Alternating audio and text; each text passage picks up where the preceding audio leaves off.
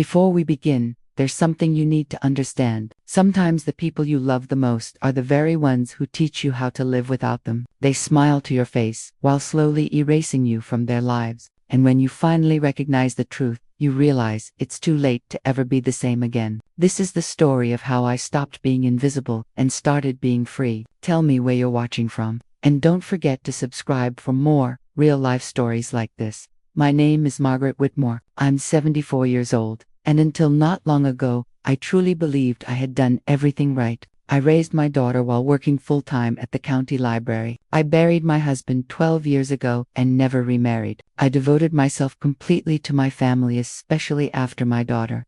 Susan's divorce left her with 2 children and a house she could barely afford. I stepped in quietly, never asking for recognition. I cooked, I babysat, I paid bills whenever I could. I did what mothers do, what grandmothers do, what women like me have done for generations, without applause or acknowledgement. My oldest granddaughter, Haley, used to sit on my lap and ask me to tell her fairy tales. She would braid my thinning gray hair and tell me I looked like a queen. I truly believed we had something special. I really did. So when she announced her engagement, I was genuinely happy for her. I knew weddings were expensive, and even though I live on a fixed income, I offered to pay for the photo and video package. I didn't want her worrying about the cost of preserving her memories. It felt like the least I could do after all the years she had brought light into my life. I signed the contract, paid with my credit card, and folded the receipts neatly into a drawer. She never once asked how much it cost. No one did. That should have been my first warning sign, but I ignored it. The rehearsal dinner was the first time I felt something change. The venue was a renovated barn just outside town, rustic wood, fairy lights, the kind of beauty Pinterest loves, artificially natural. People laughed, sipped drinks from mason jars, and snapped selfies beneath strings of glowing bulbs. I stood off to the side, watching Haley move through the crowd like she belonged to an entirely different world. She noticed me and smiled a small, practiced smile. Then she walked over, her phone in one hand and her other arm looped through her fiancé's. "Hey Grandma," she said softly, "can I talk to you for a sec? Over here." I followed her a few steps away, near a row of folding chairs. Nearby, the videographer and his assistant were testing shots and scanning the space. That's when she said it. "You understand, right? The style of the video is modern, kind of minimal. I just think it might be better if you're not in the final cut, or not too much. It's nothing personal. It's just the vibe, the vibe." That word ran through me like ice water down my spine. I looked into her eyes, searching for a jokey sign of discomfort, guilt, or shame. But all I saw was discomfort with me, with the fact that I didn't fit into her carefully curated image. So I smiled, the kind of smile women wear when their hearts are breaking, but they refuse to make a scene. "Of course, sweetheart," I said, "I understand." She gave me a quick hug and walked away. Already moving on to the next thing, I stood there for a long time, pretending to admire the centerpieces, my hands trembling. That night, I sat alone at my kitchen table with the receipts spread out in front of me. I read every line of the contract. Then I called the videographer's office and asked about their cancellation policy. They were polite, almost sympathetic. The service hadn't been performed yet. Canceling was well within the agreement. I wouldn't get all the money back, but most of it. Enough. I hung up the phone and looked around my empty living room. The photos on the walls, the books I had read to my grandchildren, the armchair where I used to rock Haley to sleep. Suddenly, it all felt like set dressing something staged. Not real, not truly mine. The next morning, I sent the cancellation email. I didn't tell anyone. Not my daughter, not Haley, not even the neighbor who brings me homemade cookies every Christmas. I simply erased myself. If I was going to be invisible in their story, then so be it. Let there be no story at all. Still, deep down, I hoped I was wrong about them. But I wasn't. And what happened next confirmed everything I never wanted to believe. After the rehearsal, I barely slept. I lay staring at the ceiling, listening to the soft hum of my old refrigerator and the occasional creak of the wooden floorboards through the night. That my heart wasn't just heavy, it felt humiliated. I couldn't tell what hurt more, Haley brushing me off so casually, or how easily Susan seemed to shrug it away. The next morning, I tried to talk myself out of the pain. Maybe it wasn't meant the way it sounded. Maybe it was just wedding stress, too much pressure, too much influence from the Instagram generation. But the tight knot in my chest told me otherwise. I needed to talk to someone. I needed reassurance that I wasn't imagining things. So I called Susan. She picked up on the third ring, her voice bright and distracted. "Hey Mom, everything okay?" I hesitated. "Can we talk for a minute? About yesterday." There was a pause. About what, exactly? About what Haley said at the rehearsal. She asked me to stay out of the wedding video because I ruined the vibe. Another pause. Then, a sigh. "Oh Mom, don't make this into a thing. It's just the aesthetic she's going for. You know how kids are these days." She didn't mean it as an insult. I sat there in silence, letting her words sink in. "You didn't defend me," I finally said. Susan gave a small laugh, like I was being overly dramatic. "It's her wedding, Mom. Let's not turn this into your moment."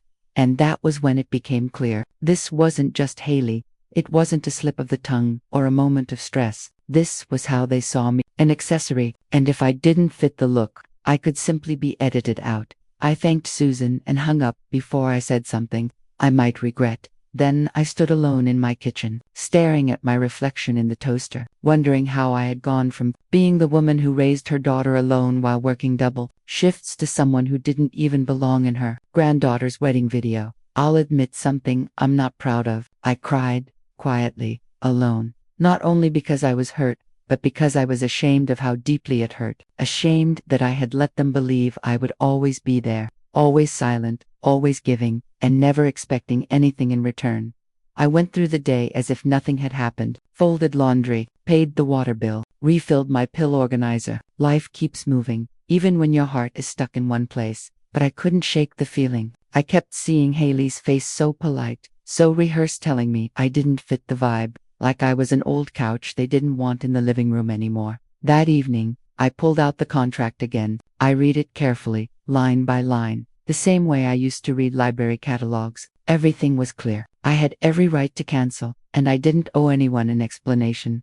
I called the video company again. This time, I spoke to the owner, a man named Jared. He remembered me immediately and told me he understood. Business is business. I canceled politely, firmly, and within minutes, the confirmation email arrived. The refund would be processed in 5 to 7 days. When the call ended, I sat there in silence. It wasn't revenge. Not really. I didn't want to hurt anyone. I just didn't want to be part of a story where I was only welcome if I stayed quiet, smiled, and remained out of the frame.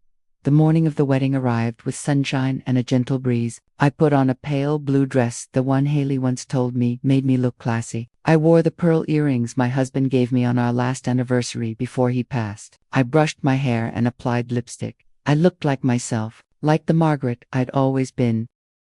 I arrived at the venue on time, hugged a few guests, and took my seat in the back row. No one mentioned the cameras. No one noticed their absence, at least, not at first.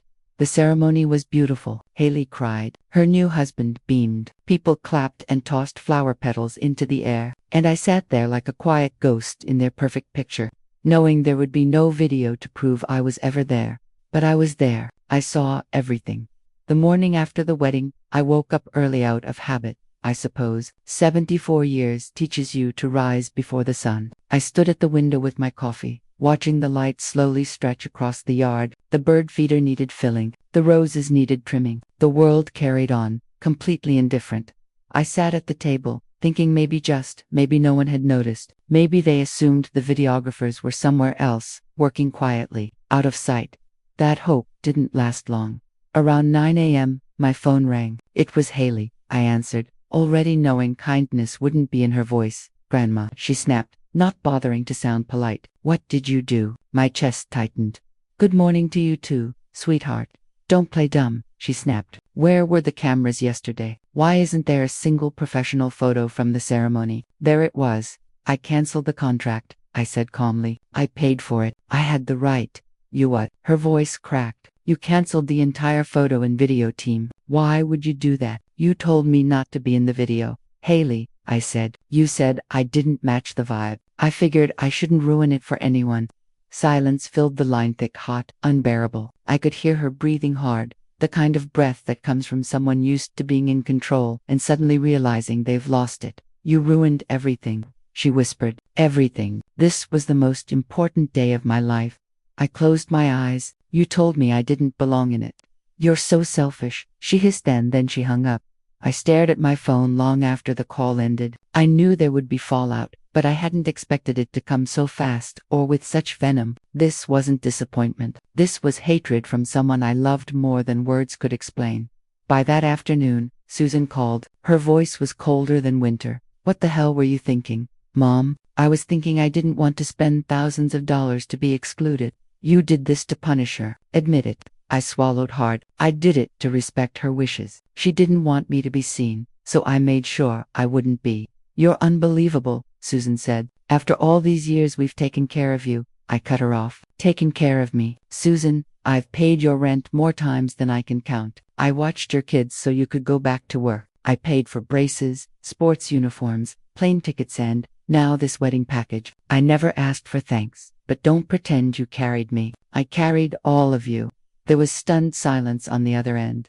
I need to go, she muttered, and hung up by the end of the day. Haley had blocked me on Instagram. Susan stopped replying to my texts. Even my younger grandchildren quit responding to my weekly Sunday messages. I became radioactive, not a person, just a problem. I tried not to cry. I told myself it didn't matter, but it did, because all those years I'd told myself I was loved, that we were a family, were built on silence, on me saying yes, on swallowing my pain, on pretending that being ignored was acceptable. It wasn't acceptable. It never had been. The days that followed were painfully quiet. No calls, no visits. I didn't hear from anyone, not even the neighbors who usually waved. Maybe word had spread. Maybe people thought they were giving me space. What I had wasn't space. It was erasure. And in that silence, something inside me shifted. For the first time, I asked myself what it would look like to live without them, not just physically, but emotionally, to stop bending, to stop apologizing for taking up space. And with that realization, I began making decisions. Not out of anger, but out of clarity. The silence no longer scared me. It felt honest. For once, I wasn't pretending everything was fine. I wasn't filling the gaps with casseroles and birthday cards. I wasn't trying to earn love through bank transfers and baked goods. The phone didn't ring. No one stopped by. And strangely, the quiet felt cleaner than the noise ever had. But the world doesn't stay quiet for long, especially not after a wedding with no video. By the middle of the week, the ripples began. First, a Facebook message from a distant cousin asking why Haley hadn't posted any pictures yet. Then a comment under one of Susan's photos. Can't wait to see the wedding. Video. That was no video. That's when the calls started again, not to talk, but to attack. Susan's voice was sharp and clipped. You need to fix this, Mom. Call the company and rebook. I can't, I said. The wedding is over. Then call them and see if they can do something. A photo shoot, a recreation, anything. It's not my responsibility anymore. I said, and this time, I meant it. She hung up without saying goodbye. 2 days later, Haley showed up at my doorstep. I hadn't seen her since the wedding. Her eyes were red from crying. Her voice was tired and cracked. Why would you do this to me? She asked. Why would you take this away? I invited her inside. She refused. You could have told me, she said. You could have said something. I looked her straight in the eye, my voice steady. Would you have listened? She hesitated. Her mouth opened, then closed. She didn't answer. I did everything I could for this family, I said, my voice steady, but I won't pay to be erased. You weren't erased, she snapped. You asked me not to appear. That's the same thing. Tears filled her eyes, but they weren't the kind I recognized. Not grief, not regret. They were frustration and embarrassment. I needed this to be perfect, she whispered, and I needed to stop pretending I didn't matter. Haley turned and walked away. She didn't look back. Later that night, an email arrived. It was from the wedding photographer someone Haley must have hired separately for a few shots. They wanted to confirm whether I had canceled the original package. I replied simply, yes, I paid for it. I canceled it. That's all. The next day, Haley posted again, a blurry photo taken by a guest. The caption read, even when things don't go as planned, love wins. The comments flooded in. Did your photographer mess up? Why isn't there a video? Still waiting for the real pictures. She didn't reply to anyone, neither did I. But I noticed something. No one reached out to ask why I canceled. They didn't want the truth. They wanted a villain. So I gave them one. I returned to my quiet house, made myself a cup of tea, and opened a book I hadn't touched in years. It was a collection of essays written by women over 70, raw, beautiful, unapologetic voices. One line stopped me cold. I read it again and again until it stitched itself into my bones. You can love people who never deserved your silence. After that, I made a list not of people, but of payments, the rent I had covered, the phone plans I paid, the monthly deposits into Haley's account, birthday money, holiday help, grocery gift cards, all of it. Not out of bitterness, but to finally see the weight I had been carrying and to let it go. The next Sunday, I didn't send my usual messages. For years, every Sunday without fail, I texted each of my grandchildren, Haley, Dylan, and Olivia, a quick hello, a memory, a photo of something I'd baked, a quote from a book. It was my way of staying present in their lives. But not this Sunday. I stared at my phone, the empty message threads almost mocking me. Then I set it down and turned it face down. Not one of them had ever messaged me first. Not once. By Tuesday, I was completely cut off. No calls, no visits. Haley had blocked me. Susan was distant and cold. Dylan and Olivia didn't respond. I was being erased from my own families, deliberately, like a stain they wanted scrubbed out of the story. That afternoon, I ran into my old neighbor Janice at the grocery store. She smiled warmly. Hey Margaret, I saw the pictures from Haley's wedding. It looked beautiful but no video. What happened? I froze, my smile tight. They decided not to have one. Oh, she said, clearly sensing the tension. Well, kids today, right? Everything's different now. Different, yes. That night, I sat alone in my living room, staring into the silence. There was a time I believed silence meant peace, but silence, when it's forced on you, becomes something else entirely. It becomes proof of how easily people can act like you never mattered. I opened my banking app. There they were, the automatic transfers scheduled for the start of the month. $652, Susan. Temporary rent help. $85 to Haley, part of her phone bill. $200 to Dylan, car insurance. I had been quietly holding their lives together for years, not because they asked, because I loved them, because I was taught to fill the gaps, keep the family together, smooth over the parts no one wanted to see. But I wasn't smoothing things anymore. I was disappearing. So I turned them off, one by one, canceled the transfers, closed the shared family phone plan, ended the automatic gifts, not as punishment, as closure. I didn't send a message. I didn't explain. I just let go. 3 days later, Susan texted me, short, cold. Did you forget to send the rent this month? I watched the screen. She didn't ask how I was, didn't say she missed me, didn't even frame it as a question. Just that dot, did you forget? I replied, no. That was it. Her response came minutes later. Seriously, you're going to act like this over a wedding? I didn't reply. Another message followed. You're punishing all of us. And for what? Not wanting to be in a stupid video. Still, I said nothing. And that's when it finally hit me. They didn't think I was hurt. They thought I was acting out. They couldn't imagine that I'd simply reached my limit, not out of anger, but out of clarity, because I had finally seen the truth. I was only visible when I was useful, when I gave, when I smiled, nodded, and quietly faded into the background so they could shine. But I wasn't fading anymore, and that terrified them. They had built their lives on the assumption that I would always be there, and for the first time, I wasn't. I didn't cry when I canceled the payments. I didn't even hesitate. That surprised me. The old Margaret would have agonized, worried about Susan's rent, about whether Haley's phone would be shut off, about whether Dylan would make his car payment on time. But the woman sitting at her desk that morning wasn't that Margaret anymore. I didn't feel cruel. I felt awake. For years, I had poured myself into them without limit. And what had I been filling? A hole that never closed. A thirst that never eased. They never thanked me. Not once. Not in any way that truly mattered. I don't mean polite thanks, Grandma. I mean the kind of gratitude that makes you feel seen, that says, I know what you've done. I know who you are. I never received that. I only received needs. It didn't take long before Susan demanded a lunch. Not invite. The text was short. We need to talk tomorrow. Mason's Diner. Not are you free. Not would you like to talk. Just an order. I stared at the message, then typed back. Okay. I went not for her, but for myself. The next day, I arrived 5 minutes early. As always, Susan arrived 10 minutes late, sunglasses on. No smile. She sat down without greeting me. So this is how you want it now, she said. I looked at her calmly. How I want what? This distance, the cold shoulder, cutting us off. I didn't cut anyone off, I said. I just stopped carrying everyone's weight, she scoffed. Mom, this is ridiculous. All of this because Haley didn't want you in a video. I leaned forward slightly. This isn't about a video. It's about a lifetime. A lifetime of being background support, a wallet, a babysitter, a backup plan. Susan rolled her eyes, and something in me cracked. You know what hurts more than anything? I asked quietly. It's not what Haley said. It's that you didn't even blink when she said it. You didn't defend me. You didn't ask her to reconsider. You just let it happen. She was stressed.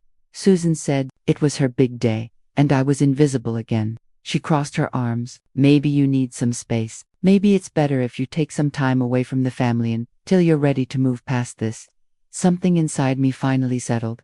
I nodded. Thank you for saying that. She frowned. For saying what? For making it clear. I stood up, reached into my purse, pulled out a $20 bill, and placed it on the table. For your lunch, I said. Then I walked out, my legs steady, my back straight. She didn't call after me. I didn't look back.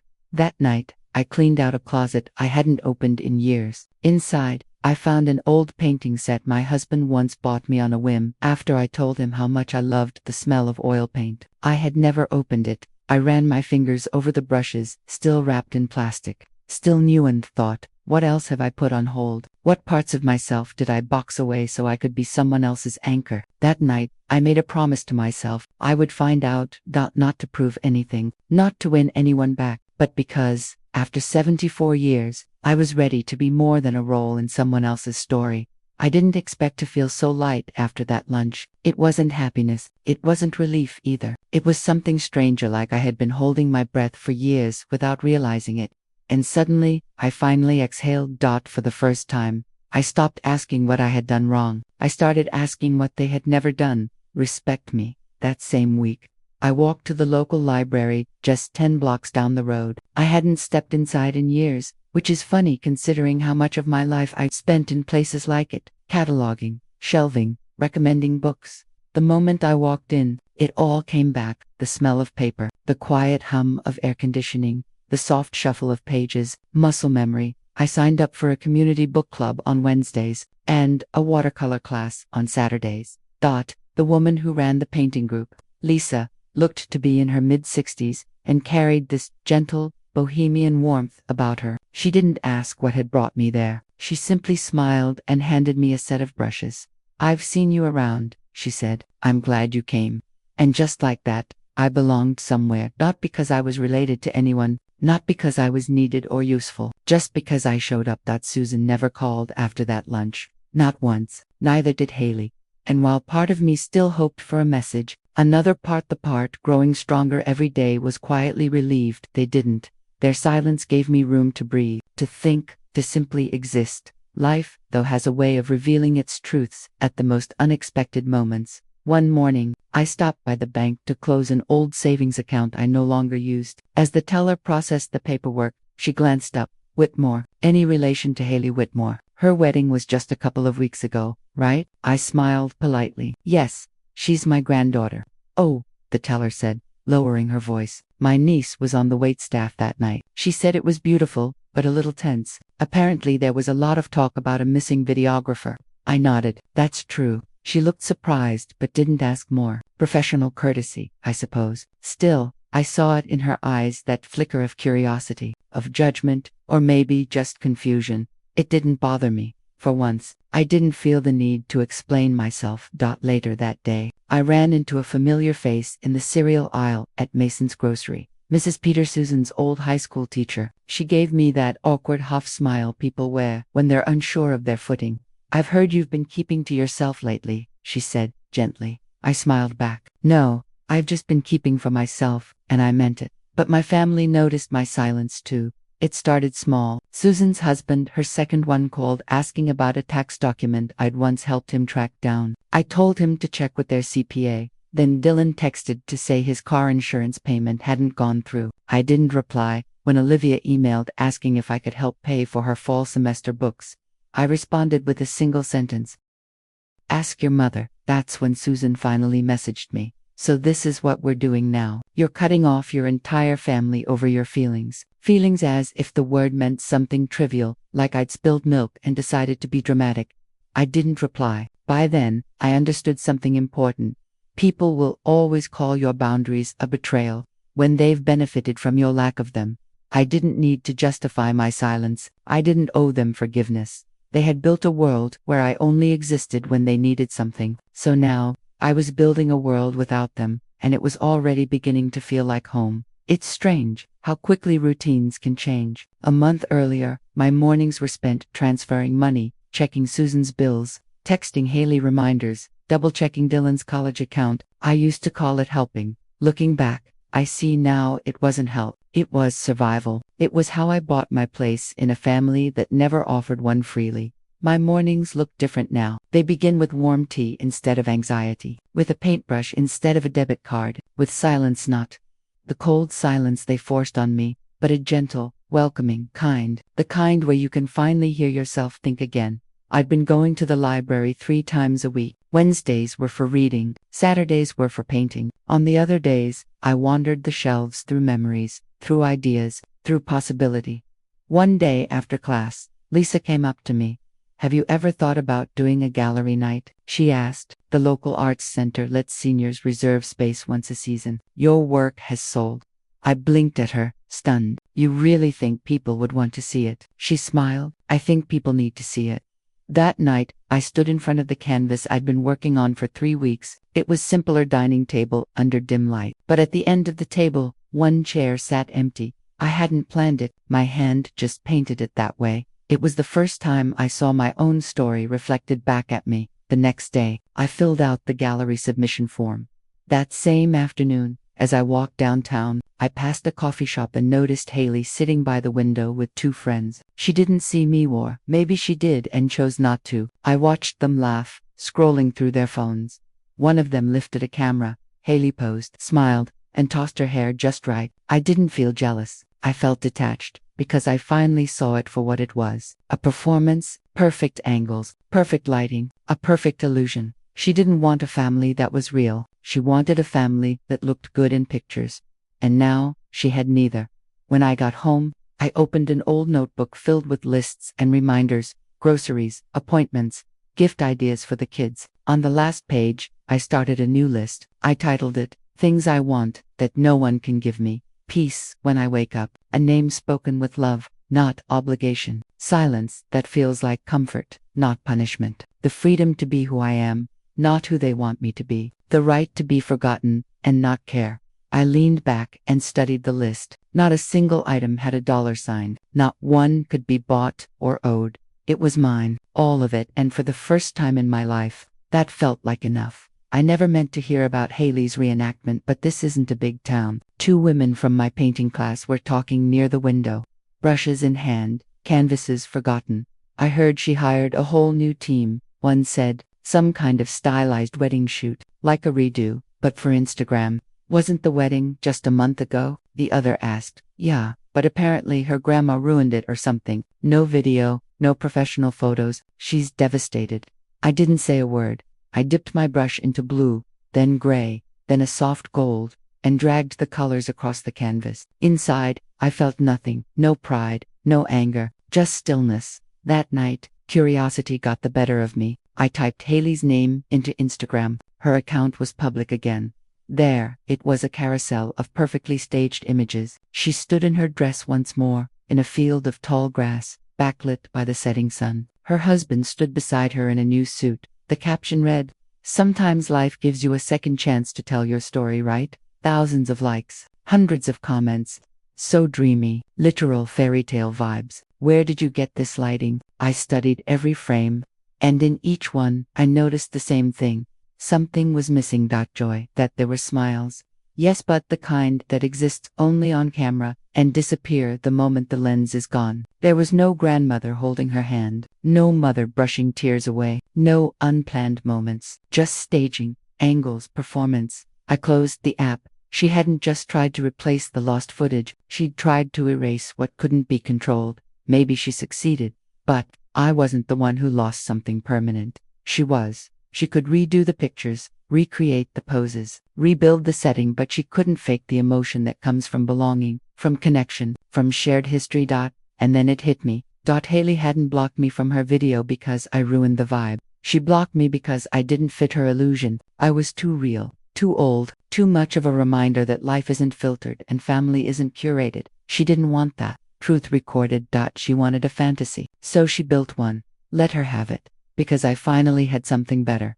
Not everyone would understand what I did. They didn't need to. Deep down, I knew I hadn't ruined her wedding. I had saved myself. It started small. An email meant for Susan's old AOL account. One I'd helped her set up when she was 32 bounced back and was mistakenly forwarded to me. It was from her landlord. Final notice. Rent overdue. Payment not received for the second month in a row. Just a ripple on the surface. Then came a voicemail from Dylan. I hadn't heard his voice in months. He didn't say hello. He didn't ask how I was. Hey, I think there was a mistake with the car insurance. The payment bounced and they're saying the policy's suspended. Can you look into it? I didn't respond. Then Susan broke the silence herself, this time with an email. Cold, precise, subject. Disappointing behavior. I hope you're satisfied. Everything's a mess now, and you've made your point. That was it. No apology, no reflection, no acknowledgement, just blame. I didn't reply. Instead, that evening, I sat in my backyard and watched the sky burn orange as the sun sank behind the trees. I listened to the wind moving through the leaves and the steady rhythm of crickets warming up for the night. I used to spend evenings like that paying Susan's bills online, organizing gift cards for the grandchildren, researching scholarships, always fixing, always filling, always tending to every part of their lives except my own.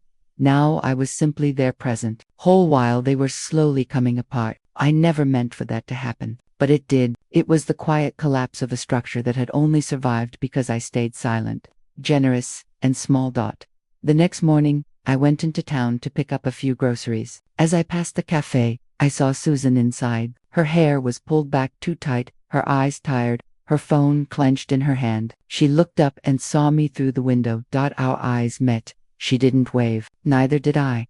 And in that moment, there was more honesty than we'd shared in years. She had never been angry because I hurt her. She was angry because I stopped enabling her.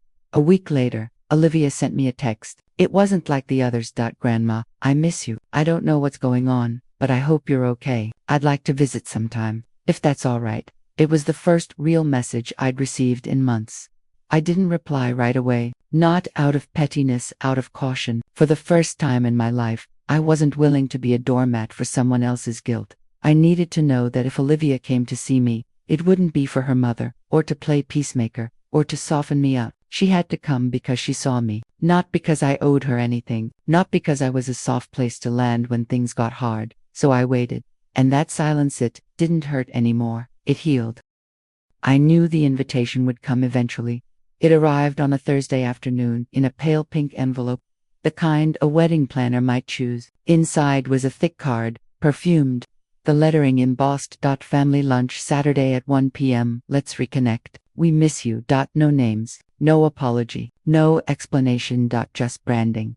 I stared at the card for a long time. My first instinct was to cry, not because I was moved, but because they still didn't understand. This wasn't a lunch. It was a strategy, a performance for appearances, a staged reunion meant for optics, something to post so others could see that we'd worked it out, like families always do. I could already hear Susan's voice in the caption, grateful for forgiveness and second chances, family over everything. But they didn't want to rebuild trust. They wanted to rebuild an image. I set the invitation on the table and walked into the kitchen. I put the kettle on and watched the steam rise. For days, I thought about it.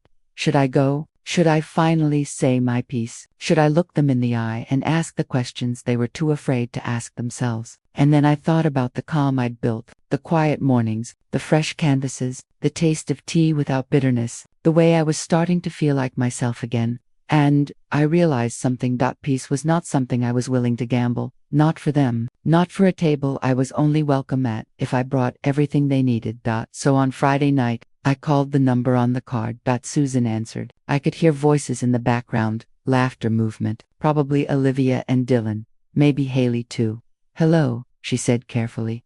It's me, I said. Oh, a pause. I wasn't sure you'd call. I got your invitation, I said. And I won't be attending. She inhaled sharply. Mom, can we just know? I said firmly. We can't just, that's the problem. Another silence.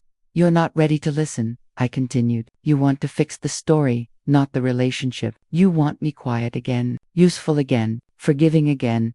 Isn't that what family does? She asked. Not without honesty, I replied. Not without accountability. The line went quiet. Then I added, you don't miss me. You miss the version of me who tolerated everything. That version doesn't live here anymore. I hung up before she could respond. The next morning, I walked to the library. It was Gallery des Ma's first art showing.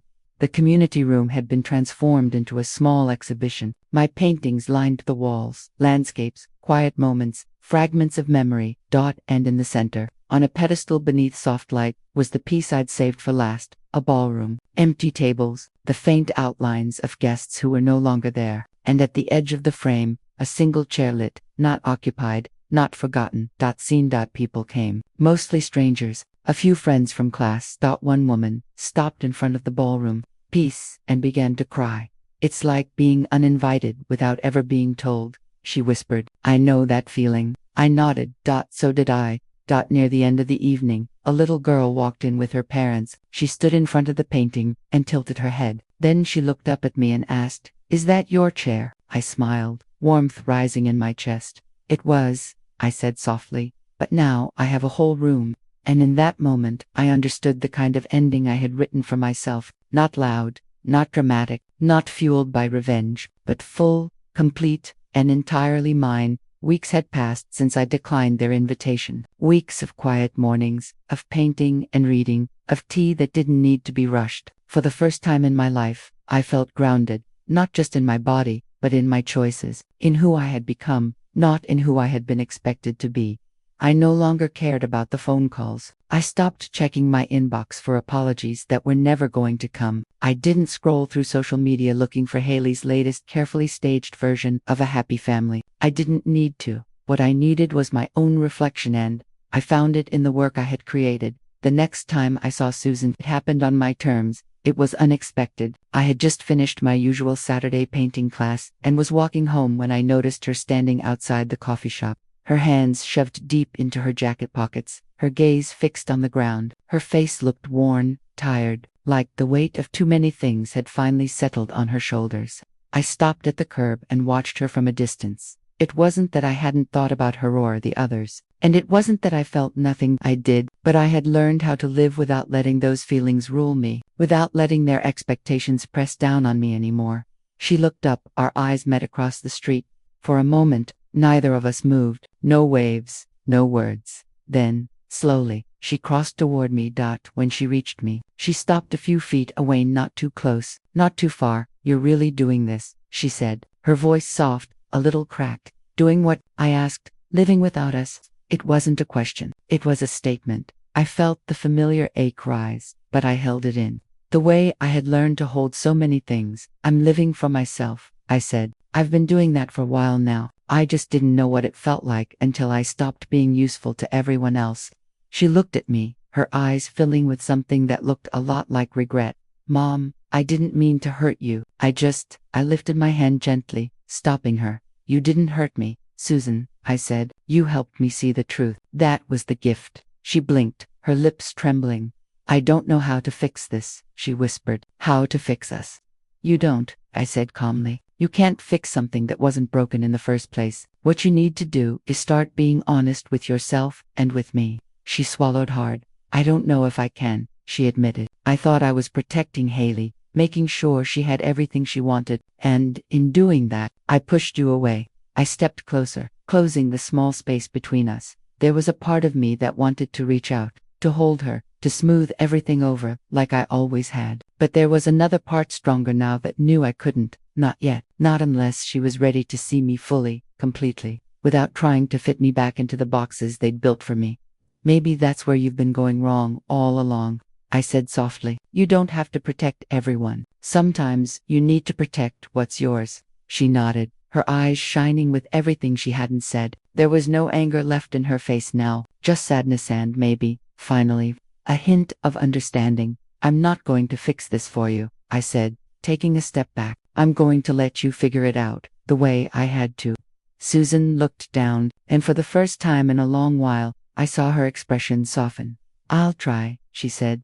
I nodded. That's all you can do. Then I turned and walked away, not with bitterness, but with something closer to peace. I didn't look back. This time, I wasn't waiting for them to notice me. I had already noticed myself, and for the first time in decades, that was enough. Thanks for listening. Don't forget to subscribe, and feel free to share your story in the comments. Your voice matters.